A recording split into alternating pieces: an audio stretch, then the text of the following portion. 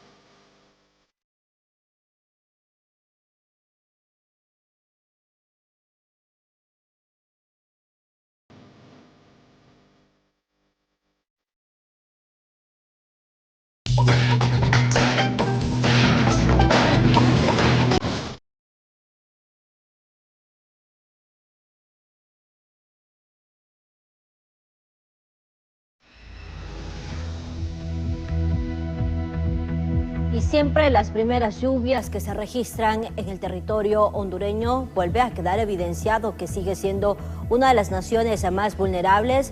Alcanzó el parque y los jardines cercanos, afectando las áreas recreativas y causando inconvenientes a los vecinos. Mientras tanto, hospitales como el San Felipe y el Hospital Escuela, sus pasillos, salas y lavanderías quedaron muy similar, dejó sin paso el Boulevard Fuerzas Armadas en horas de la tarde de este jueves. Otro punto bastante afectado por las lluvias ha sido la costa de Amates y la comunidad de El Cubulero, en el sector bajo el municipio de Alianza, donde se encuentran inaccesibles por inundaciones. Se han hecho llamados a la población a extremar precauciones y evitar transitar por estas áreas para resguardar su seguridad. Y en Santa Bárbara, el río Ulúa, su caudal sobrepasó el punto de medición en el sector de Hualjoquito, Gualala, lo que indica una alerta amarilla y preocupación. En Soledad, El Paraíso, el incesante clima produjo el derrumbe de una pared de la Iglesia Católica. Afortunadamente, solo fueron daños materiales. No se encontraba nadie en el lugar. Sin embargo, las lluvias torrenciales no han parado. Esta tarde, varios lugares vulnerables nuevamente se encuentran en peligro. Las autoridades de control y rescate monitorean en todo el país, ya que como habían anunciado las autoridades de Copeco, Honduras se encuentra frente a una onda tropical. Informó Ninivet Zambrano. Y a propósito de estas fuertes lluvias registradas en las últimas horas en la capital y en todo el país, han provocado un verdadero caos en la carretera vieja hacia el norte, donde calles y viviendas han resultado seriamente afectadas por el desbordamiento de agua, lodo y piedras. Además, los transportistas protestaron por el mal estado de la carretera hacia Olancho, que al quedar inconcluso este trabajo de pavimentación por parte de la alcaldía municipal, el lugar ha sido un desastre completamente, generando además un caos vehicular en esta zona.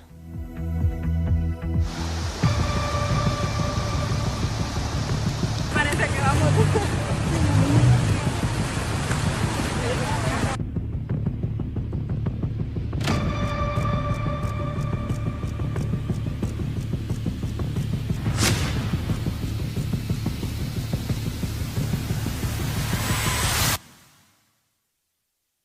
Cansados están los pobladores de varias colonias de la carretera vieja al norte por el pésimo estado de la calle de tierra, que se convierte en río cada que caen las fuertes tormentas. La noche de este miércoles, todo se convirtió en un caos, carros atrapados y viviendas afectadas. Esta situación ha obligado a los vecinos a alzar la voz, exigiendo soluciones a las autoridades. Nosotros lo que exigimos realmente es la pavimentación de esta calle, porque nosotros tenemos como 20 años de venirle exigiendo gobierno tras gobierno lo que es la pavimentación. Hemos logrado que varios gobiernos se comprometieran con nosotros a lo que es la pavimentación, ¿verdad? Pero no hemos logrado absolutamente nada. Habitantes de la comunidad relataron que cada temporada de invierno enfrentan la misma situación, ya que las calles no han recibido mantenimiento adecuado, lo que agrava las inundaciones y deslaves en la zona. No se podía pasar, era un río completo, un montón de carros ahí, otros por allá, otros allá donde entrar a la Brasilia y un bus que se vino de allá de la Rosalinda para atrás. Y hasta ahora de este gobierno. En el actual gobierno. En el actual gobierno está ese rótulo ahí, pero no han hecho nada.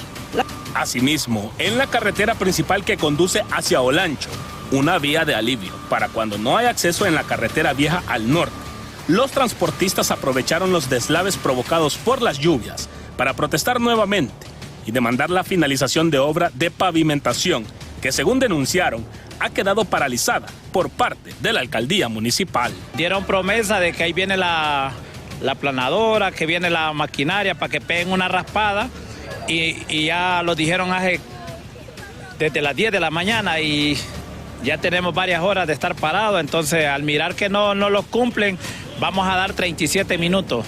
A los 37 minutos, si no cumplen, entonces los vamos a tomar la carretera de aquí de la salida de la carretera de Olancho, porque todo el tramo de aquí, de la entrada de la Vía Franca hasta abajo, hasta Talleres. Los vecinos advirtieron que de no atenderse las obras de mitigación y reparación, los daños podrían incrementarse con el avance de la temporada lluviosa, poniendo en riesgo la seguridad de las familias y afectando la movilidad en una de las salidas más importantes de la capital. En cámara de Marvin Andino, les informó José Luis Castellanos. Terrible la situación que sucede en estas carreteras y no estamos hablando de accesos donde hay poco tránsito de vehículos, no, estamos hablando de carreteras importantes, salida hacia el norte y también salida hacia Olancho, que ambas sirven para poder descongestionar estas vías cuando sucede algún accidente en ambas partes. Pero ahora bien, vean ustedes también cómo las autoridades de Copeco han emitido una alerta este día debido a las lluvias y son en este momento alerta roja para los municipios aledaños al río Ulúa, amarilla para 9 departamentos y el Distrito Central, y se mantiene además la alerta verde para La Paz y Francisco Morazán por 12 horas. Así dice el comunicado, donde ellos también detallan que los municipios aledaños al río Ulúa son Pimienta, Villanueva, Potrerillos, San Manuel de Cortés, El Progreso, Santa Rita, El Negrito Lloro, hasta el ramal de Tigre, en Tela, Atlántida y también Alianza en Valle. Además, esa alerta amarilla son para los departamentos de Santa Bárbara, Ocotepeque, Copán, Lempira, Cortés, Comayagua, Intibucá, Valle, Choluteca y el Distrito Central en Francisco Morazán. Además, se extiende esta alerta para los también otros municipios que tienen que ver con Francisco Morazán, donde ellos han mencionado, en este caso, pues se mantiene la alerta roja para estos municipios. Es un municipio el que continúa en alerta roja. Estamos hablando de pues todos estos que están en el río Ulúa, y la verde es en La Paz y Francisco Morazán. Esto ha sido emitido a partir de este día precisamente por parte de las autoridades de Copeco.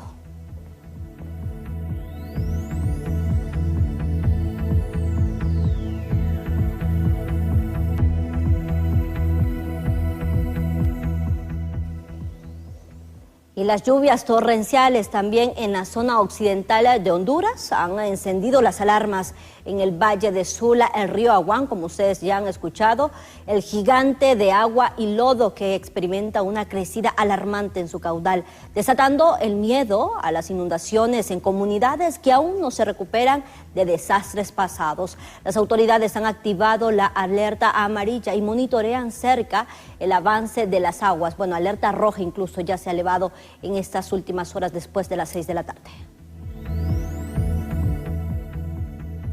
El río Ulúa, conocido por su majestuoso pero impredecible caudal, genera preocupación en el occidente del país y especialmente en el Valle de Sula. Las intensas lluvias en las cuencas altas han provocado un incremento alarmante en su nivel, arrastrando consigo lodo, escombros y la constante amenaza de inundaciones. En la parte de Hualjoco, Santa Bárbara, esa zona, específicamente el río Ulúa, ha alcanzado niveles altos, que es la cuenca media, casi media alta.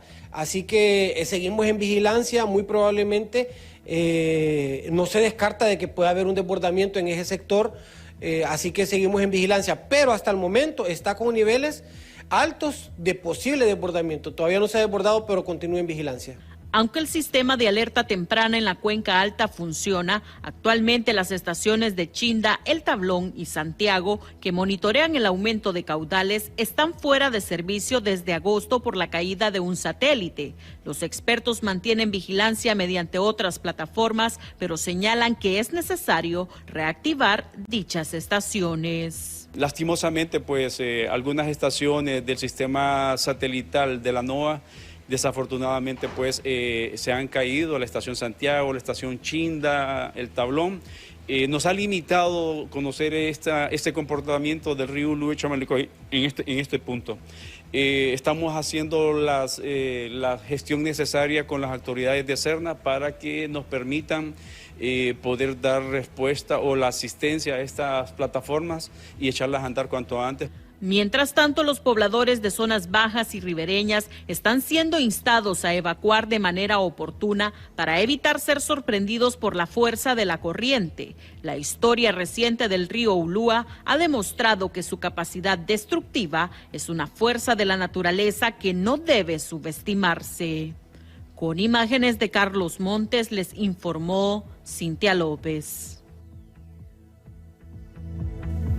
Por supuesto, muchas incidencias también atendidas solamente aquí en la capital después de estas fuertes tormentas que sobre todo empezaron a hacer estragos a partir del día de ayer. Recordarán ustedes una noche que no paró de llover, asimismo en la madrugada. Berenice Amaya, usted con las autoridades del CODEM, porque tienen todo el reporte a esta hora de cuánto han sido las atenciones que ellos han podido brindar durante todas estas horas. Buenas noches con usted.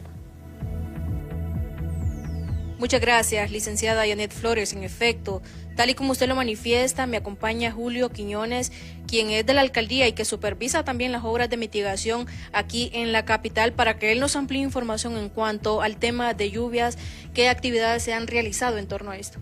Estamos, y justamente hay un equipo en apresto en el Comité de Emergencia Municipal, hoy totalmente organizado el Centro de Operaciones de Emergencia con presencia de la UHR, bomberos, Cruz Roja, el Comité de Emergencia Municipal listos para poder atender cualquier eventualidad que se pueda presentar en torno a las lluvias que hoy han estado un poco más dispersas que el día de ayer, pero importante, tenemos en alerta amarilla a la ciudad capital precisamente por un tema de saturación de los suelos.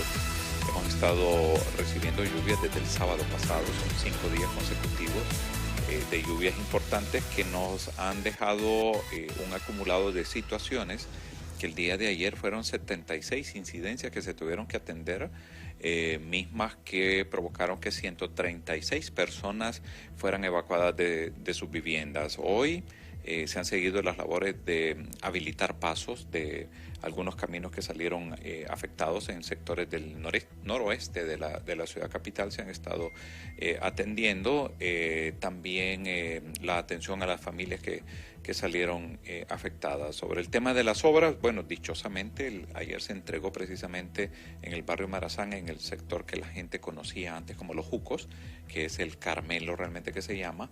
Esta obra fue entregada y funcionando a la perfección. Incluso el alcalde hizo un recorrido ayer a eso de las 11 de la noche por el lugar para ver el funcionamiento y la verdad que estaba todo con total normalidad. Nos mantenemos atentos, pendientes de cualquier tipo de situación, el llamado a la ciudadanía, la línea de emergencia, el número 100 al que pueden llamar para poder atender cualquier eventualidad. ¿Cuáles son las zonas que se están supervisando más, que son más vulnerables a inundaciones? Fíjate que hoy precisamente estamos enfocados en el noroeste de la ciudad, esta zona alta, Nueva Capital, el Mogote, que es entre el Arturo Quesada, Nueva Capital hasta Mateo.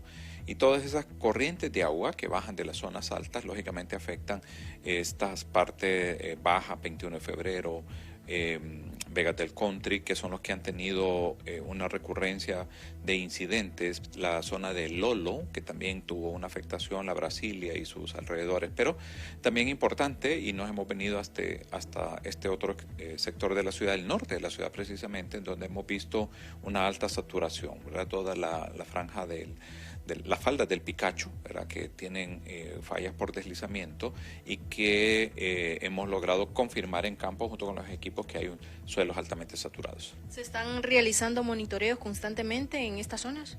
Hacemos un monitoreo de las estaciones meteorológicas, de las estaciones que se tienen de crecida de ríos, pero también físicamente hay recorridos que se hacen para poder confirmar que todo está funcionando con normalidad, en el sentido de que no vaya a afectar la crecida de un río a algunas familias, ¿verdad? Los equipos están en apresto, maquinaria, recurso humano, hay 20 frentes de trabajo que se tienen listos para poder moverlos a cualquier tipo de situación que se presente en la ciudad. Muchas gracias a Julio Quiñones, quien nos amplía esta importante información en torno a la presencia de lluvias precisamente aquí en la capital. Pero nosotros con este informe vamos a una pausa comercial, ya volvemos. Presentado ya en la ciudad capital, han dejado por supuesto como saldo al menos 19 familias sin hogar, así lo han informado las autoridades de Copeco. José Luis Castellanos, usted en el lugar a esta hora, buenas noches. Así es, licenciada, muchas gracias. En efecto, bastantes zonas afectadas se dieron producto de las últimas lluvias en diferentes partes del país, y hablando precisamente de Tegucigalpa, me encuentro en compañía de Luis Salinas, quien es el jefe de operaciones de Copeco, para consultarle, Luis, con las recientes lluvias, el reporte que se tiene en cuanto a las afectaciones que han recibido por parte de Copeco en los diferentes puntos del país.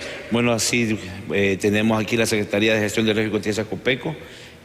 Tenemos un conteo de afectaciones a nivel nacional. En este momento tenemos un alertamiento de 5 departamentos en alerta amarilla, más también los municipios aledaños al río Ulúa, también el río Chamelecón y la costa de los Amates. Alerta verde en 5 departamentos también, donde mantenemos control, monitoreo y vigilancia, así observando las lluvias que van a ser próximas al territorio nacional y la humedad de los suelos. Tenemos en este momento 19 casas afectadas, tuvimos en la noche anterior, que fueron afectadas aquí en el Distrito Central, tuvimos 5 casas afectadas también en Comayagua, tuvimos afectaciones también en Copán, tuvieron derrumbes, inundaciones urbanas, también en el departamento de Lempira y en el departamento de Intibucá, donde se toman acciones diferentes con diferentes alcaldías, y también los regionales de diferentes puntos que está ubicado Copeco. Nosotros mantenemos el control, mantenemos la coordinación con las demás instituciones como con Bomberos, Cruz Roja, Policía Nacional, también Fuerzas Armadas, para poder realizar tipos de evacuaciones, rescates y también en las caídas de árboles. En el tema de las alertas, ¿qué se tiene previsto? ¿Van a continuar las mismas? ¿Están en análisis? ¿Qué podría estar pasando con las alertas? Mantenemos ahorita la misma alerta amarilla en los 5 departamentos, también lo que había mencionado, los municipios aledaños del río Ulúa, Chamelecón. Nos concentramos, nos reunimos, el comité de alertas, para poder hacer los análisis de las lluvias que puedan ingresar al territorio nacional, también la humedad del territorio nacional, cómo se encuentra en este momento. Perfecto, y estaremos de igual manera expectantes. Gracias, Luis Salinas, jefe de operaciones de Copeco. Tal y como lo he escuchado, licenciada, algunos registros que se tienen hasta el momento precisamente en cuanto a las afectaciones, y al mismo tiempo cómo se están previendo el tema de las alertas. Mi reporte está ahora, licenciada, con usted. Bien, muchas gracias, José Luis Castellanos. Ahora bien, en la aldea El Espinal, en el municipio de San Juan, Intibucá, un tornado sorprendió a los pobladores y provocó la destrucción de parte del bosque en esta zona protegida. Las autoridades y vecinos expresan su preocupación por el impacto ambiental que dejará este fenómeno natural en la comunidad.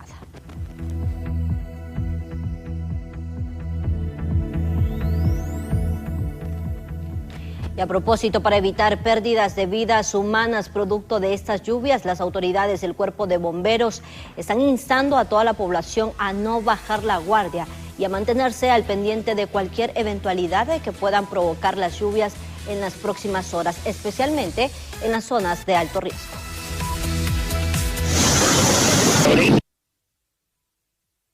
Siempre dándole a entender a la población que, por favor, si vive cerca de los ríos, que estén alerta por cualquier tipo de circunstancias, ya que si se cambian las medidas de seguridad o niveles de ríos van fluyendo, que estén pendientes, y a su vez las personas que viven cerca de los ríos y de todo lo que sigue a la parte de quebradas, que por favor no tiren basura. Y esto es importante, sargento, las personas que salen de sus trabajos en horas de la tarde, que es el momento cuando ya empieza a llover, personas que van en sus vehículos, si miran que las calles están pues prácticamente rebalsadas, mejor parar su vehículo y esperar que se tranquilice la lluvia. Correctamente, así como usted lo dice. Es mejor tomar rutas alternas, más que todo por este lado de lo que es a la Alameda, que ya hemos tenido el caso de ayer y el rescate de la fémina. Y a su vez, igual las calles que ustedes miren que no pueden pasar, que hagan su retorno y busquen rutas alternas para que lleguen bien a su casa.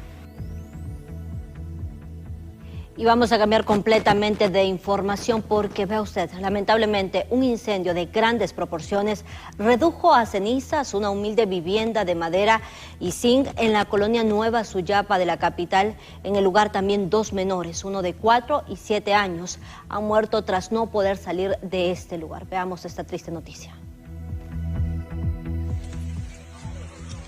Como Ricardo Lagos López, de 4 años, y Ronald Alberto Lagos López, de 7 años. Fueron identificados los hermanitos que murieron calcinados tras quedar atrapados en un incendio ocurrido en las últimas horas en su humilde vivienda de madera en la colonia Nueva Suyapa de la capital. Lastimosamente, al llegar al lugar, pues sí, se empezaron a hacer las labores de extinción de incendio y labores de levantado de escombros. Miramos que estaban dos cuerpecitos y era de Ricardo Lagos López de 4 años y Ronald Alberto López de 7 años, ambos hermanos, los cuales lastimosamente perdieron la vida en este incendio estructural, donde pues al darnos cuenta de esta situación se activó el protocolo. Vecinos del sector lamentaron no poder haber hecho nada para salvar a los 2 menores, quienes pedían auxilio. ¿Usted pudo ver la llamarada, lo que pasó? Sí, uno de ellos gritaba, ayuda, ayuda, uno de ellos, pero... ¿Estaban encerrados ellos? No les sabré decir porque nosotros no, o sea, era tanto el miedo que no podíamos ir. ¿Pero sí escucharon los gritos ustedes?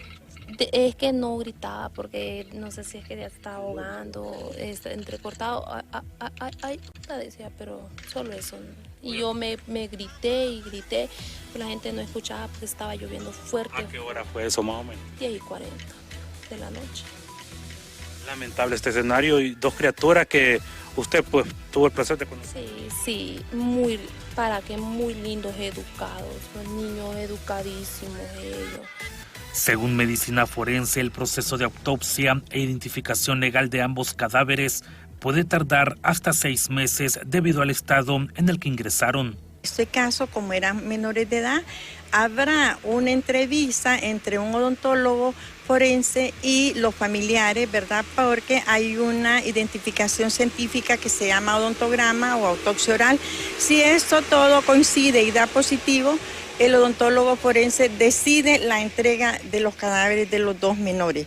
Si no es así, pues serán identificados por el método científico de ADN. Esta es una identificación que la hace el laboratorio de serología genética y esto pues tarda otro tiempo. Todo va a depender de la toma de la muestra. Se habla hasta 2-3 meses que podría durar esto. Bueno, cuando es con el laboratorio de serología genética, lo recomendable no es dar tiempo porque una toma de una muestra de ADN como puede durar 24 horas, puede durar 1 mes, 2 meses, hasta 6 meses, todo va a depender de la calidad de la toma de la muestra. Según el relato de vecinos, el padre de los niños salió de la casa en medio del aguacero para recoger a su esposa de su lugar de trabajo. Antes de salir, dejó a los menores dormidos en la misma cama, sin imaginar que sería la última vez que los vería con vida. Durante su ausencia, un bajón de energía eléctrica producto de la tormenta supuestamente generó un cortocircuito que desató las llamas en la humilde vivienda de madera y láminas de zinc. Con imágenes de Elvis Zambrano, les informó Walter Pérez. Qué lamentable, sinceramente no podemos ni imaginar el dolor que ha quedado en esta familia, así como también la hay en otra en San Pedro Sula, después de 5 días de la desaparición del pequeño Eliu Bautista de tan solo 11 años. Los buzos de la Fuerza Naval se han unido a los cuerpos de rescate en una intensa búsqueda en esta ciudad capital.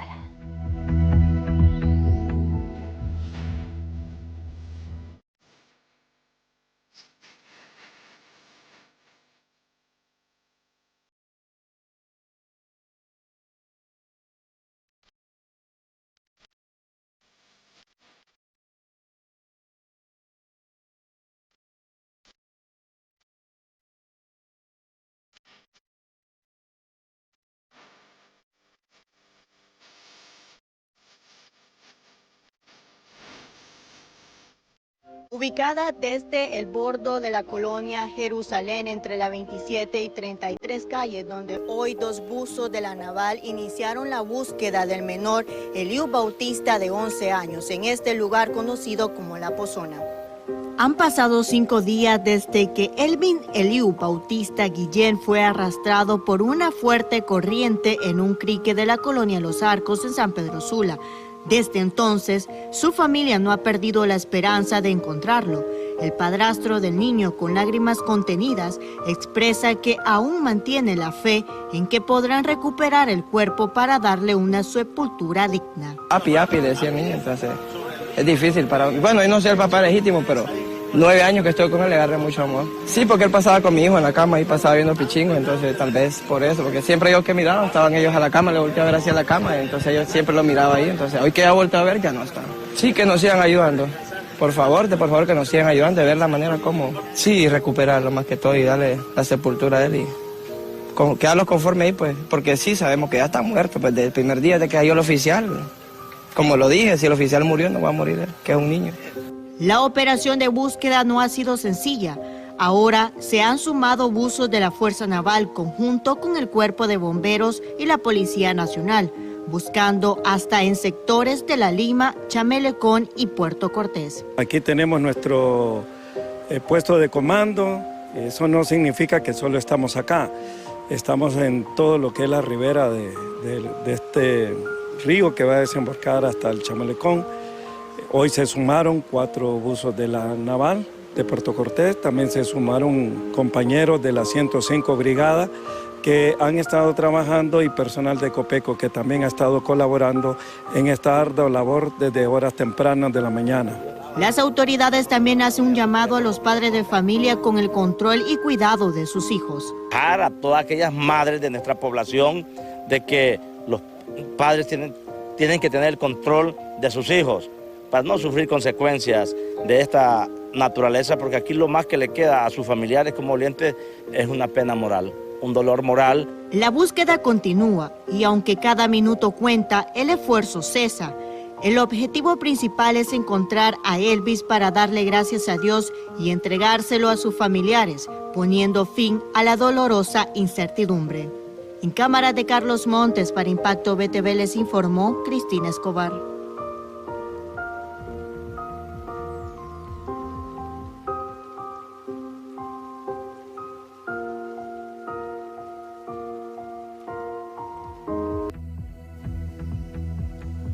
Bueno, y conforme a esta incertidumbre que se ha vivido por la desaparición del niño Eliu Bautista desde el pasado 14 de septiembre, cuando fue arrastrado por esta corriente del agua en un quinel en San Pedro Sula, en horas de la tarde las autoridades de socorro se movilizaron para una zona de Chamelecón porque se había reportado el hallazgo de un cuerpo flotando. Sin embargo, las autoridades llegaron, como ustedes están viendo, a realizar toda la inspección. Sin embargo, ellos han descartado que exista un cuerpo y sobre todo que se trate del niño Eliu Bautista, que como ya les había mencionado, fue arrastrado por esta corriente en San Pedro Sula, un caso donde además ha fallecido también el policía que perdió la vida a propósito de salvar también la de estos menores cuando jugaban en estas corrientes de agua. Entonces seguimos sin las pistas, no hay todavía información que den con el hallazgo del cuerpo de este niño Eliu Bautista y bueno, todavía sigue por supuesto este calvario para la familia del pequeño. Vamos a una pausa, pero ya volvemos con más.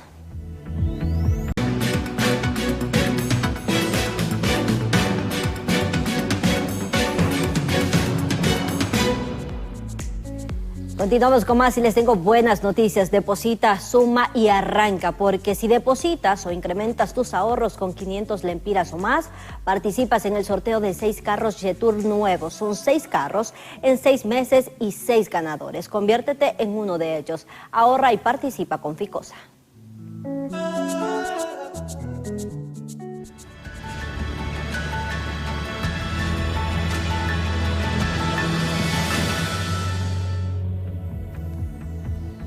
Retomamos nuestra agenda informativa. Siguen los conflictos. La Secretaría de Salud comenzará a deducir sueldos a las enfermeras auxiliares que han mantenido en protesta durante más de 18 días, mientras la ANEA tomará acciones legales y asegura que continúan en pie de lucha con las asambleas a nivel nacional. Un nuevo intento de diálogo que estaba convocado por la Secretaría de Salud y la Asociación Nacional de Enfermeras y Enfermeros Auxiliares de Honduras terminó nuevamente sin consensos, tras 18 días de protestas y asambleas informativas en todos los departamentos del país. La viceministra de la CESAL, Nersa Paz, anunció que se aplicarán deducciones salariales a quienes no han retomado labores. Además, hizo énfasis en que varios de los 14 puntos del pliego de exigencias ya habían sido negociados. Conforme a ley se tenía que proceder. Todo lo hemos hecho en el marco de la ley y bajo el reglamento que tenemos nosotros de trabajo. El día de hoy nuevamente estuvimos en la discusión y ya planteamos otro punto. Les dijimos que dejábamos sin valor y efecto y suspendíamos todas las audiencias, pero que siempre se les iba a deducir por los días que ellos no han ido a trabajar. Les presentamos esa situación, les dijimos que tenían tiempo para analizarla, porque yo sé que ellos también toman sus decisiones junto con su presidente de la Asociación Nacional de Enfermeras. El presidente de la ANEA, Josué Orellana, afirmó que las demandas del gremio son legales y justas y rechazan firmar un acta que abrirá la puerta a despidos, situación por la que interpondrán acciones legales contra las medidas de la CESAL. Aquí no hay más nada que proponer, aquí no hay más nada que hablar. Creo que ya todo lo que se tenía que decir se dijo y ahora las cartas están echadas sobre la mesa. Lo que corresponde en materia de acción, en el tema legal, todo está completamente contemplado ya y ellos saben perfectamente bien las consecuencias de todo lo que han hecho en estos días y inclusive las acciones que vamos a interponer en los próximos días a nivel internacional. Quedarnos de brazos cruzados ante esto, independientemente si se resuelve el tema o no, no podemos hacerlo, porque al final entonces estaríamos nosotros siendo complacientes con autoridades de la Secretaría de Salud, porque esto hay que dejarlo claro, esto no es un tema contra el gobierno de la presidenta Castro. La presidenta Castro es una persona muy coherente y nos parece que ha venido con un muy buen suceso en el desempeño de esa función administrativa que le hemos delegado como hondureños. De no alcanzarse un consenso en los próximos días, el conflicto podría escalar, ya que la ANEA advirtió que seguirán en pie de lucha hasta que se le garanticen sus derechos. En Cámara de Ángel Maradiaga les informó Berenice Amaya. Por supuesto, ha existido un comunicado por parte de las autoridades de la ANEA conforme a este conflicto que parece no tener fin, no hay acuerdos aún, y como primer punto, ellos aseguran que hoy ha quedado evidenciada la falta de voluntad de las autoridades de la Secretaría de Salud de Honduras para poder resolver todo este conflicto actual que existe entre el gremio de enfermería y ellos. Hoy las autoridades han evidenciado que el pueblo hondureño es lo que menos les importa al no permitir la inscripción del acta de compromiso que pondría fin a esa problemática existente.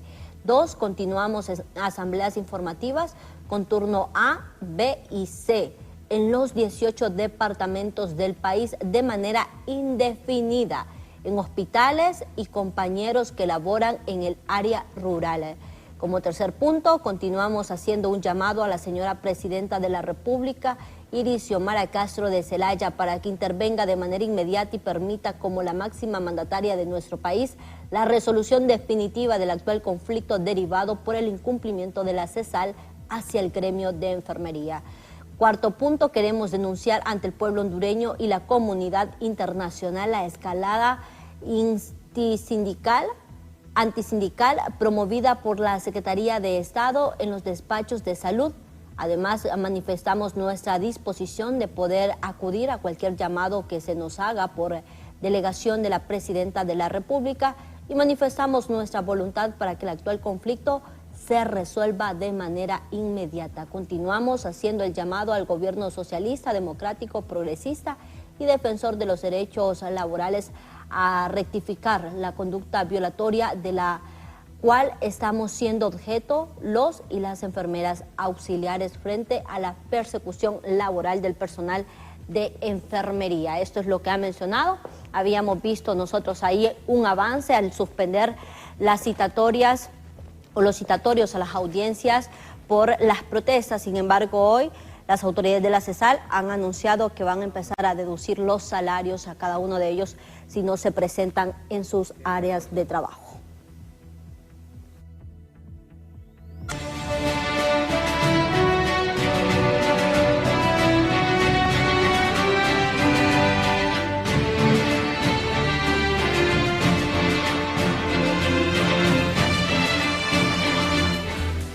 Y en otras informaciones, el consejero del Consejo Nacional Electoral, Marlon Ochoa, ha destacado los avances en el cronograma electoral. Además, informó que en las próximas semanas se estarán realizando procesos como la recepción de fotografías de candidatos y la impresión de papeletas electorales.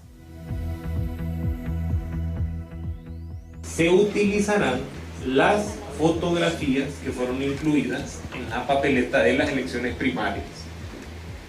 En el caso de que quieran sustituir su fotografía, pueden hacerlo a través del apoderado legal de su partido o de las dos personas que el partido ha designado para presentar fotografías. En el caso de los dos partidos que no participaron en elecciones primarias, que son los que presentan mayor déficit en cuanto a fotografía, también tienen hasta el 23 de septiembre para presentar fotografía, con el mismo mecanismo. 16 procesos están en proceso de elaboración sus pliegos. Ahí tienen ustedes los 26 procesos de contratación en total, a quién se le han adjudicado los contratos que han sido adjudicados y el estatus de cada uno de estos contratos. Solicitamos que puedan difundir esta información para informar a la prensa sobre los avances del Pleno del Consejo Nacional Electoral. Y justamente ante las recientes tensiones en el Consejo Nacional Electoral por las reuniones por separado que ha sostenido la presidenta del órgano con los otros dos consejeros, el presidente del Colegio de Abogados de Honduras ha pedido a la sociedad en general no polemizar la relación entre los funcionarios para no crear más fricciones y desconfianza sobre este proceso electoral. La consejera presidente Ana Paola Hall ha denunciado que la quieren matar, amenazas a muerte a ella y a su familia. Y quisiéramos creer que esto no es una cortina de humo, porque ya es la segunda ocasión que la consejera presidente denuncia este tipo de cosas, pero al final el pueblo hondureño lo que le pide a ella y a todos los consejeros es que no maten las esperanzas de este pueblo de tener elecciones limpias y transparentes. Al final, mire, todos los aspectos de funcionamiento del Consejo Electoral están contenidos en la ley. El discurso de la presidenta consejera se escucha bonito cuando dice que habrán elecciones llueva, truene o relampaguee. Pero cuando hay denuncias que ella se está reuniendo por separado con algunos consejeros, eso ya trastoca básicamente sus funciones, porque el artículo 18 de la ley electoral define las funciones del presidente del Consejo Electoral y una de ellas, la más importante, es mantener la unidad y la cohesión de las actividades del Pleno del Consejo Nacional Electoral. Pero reunirse por separado es altamente sospechoso de parte de la consejera Ana Paola Hall.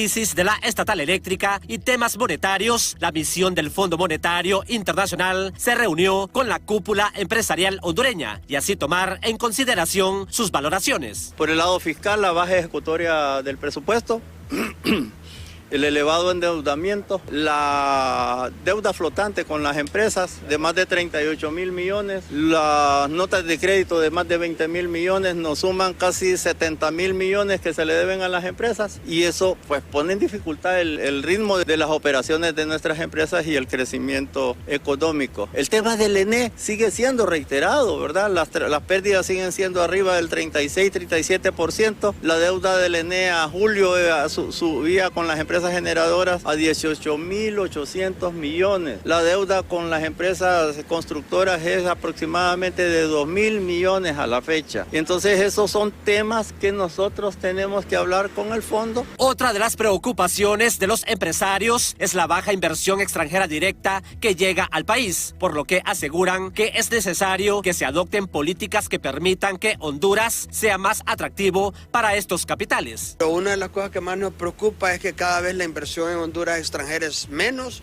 y cada vez hay menos inversión local. Además que Honduras está dentro de esos países que por su inseguridad, no por el tema de lo que hablan de otros temas fiscales, sino que por la inseguridad del país y por los temas delicados de país, nosotros estamos en ciertas listas donde ciertas empresas de los Estados Unidos y de otros países no pueden ni siquiera trabajar. No pueden ni tener gente trabajando aquí con esas empresas porque no confían en el sistema que nuestro país tiene. La cancelación del TPS y la posible deportación de unos 55.000 hondureños fue otro de los temas que los empresarios trataron con los miembros de la misión del Fondo Monetario, ya que no existen políticas públicas para minimizar el impacto económico que este problema le causará al país a un mediano y largo plazo. En cámara, Jesús Sánchez les informó Luis Turón.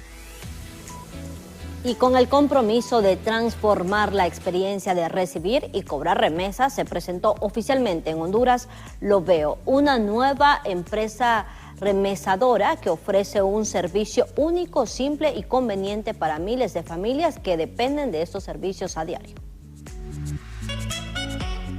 Cambiamos completamente de información. La embajadora de Honduras en la Santa Sede, Gillian Gómez Guifarro, ha explicado a los medios de comunicación en Roma que la audiencia de la presidenta Xiomara Castro con el Papa León XIV será a puertas cerradas. Sin embargo, compartió que la mandataria hondureña encabeza la lista de los 20 mandatarios del mundo que se van a reunir con el sumo pontífice en lo que resta de este año.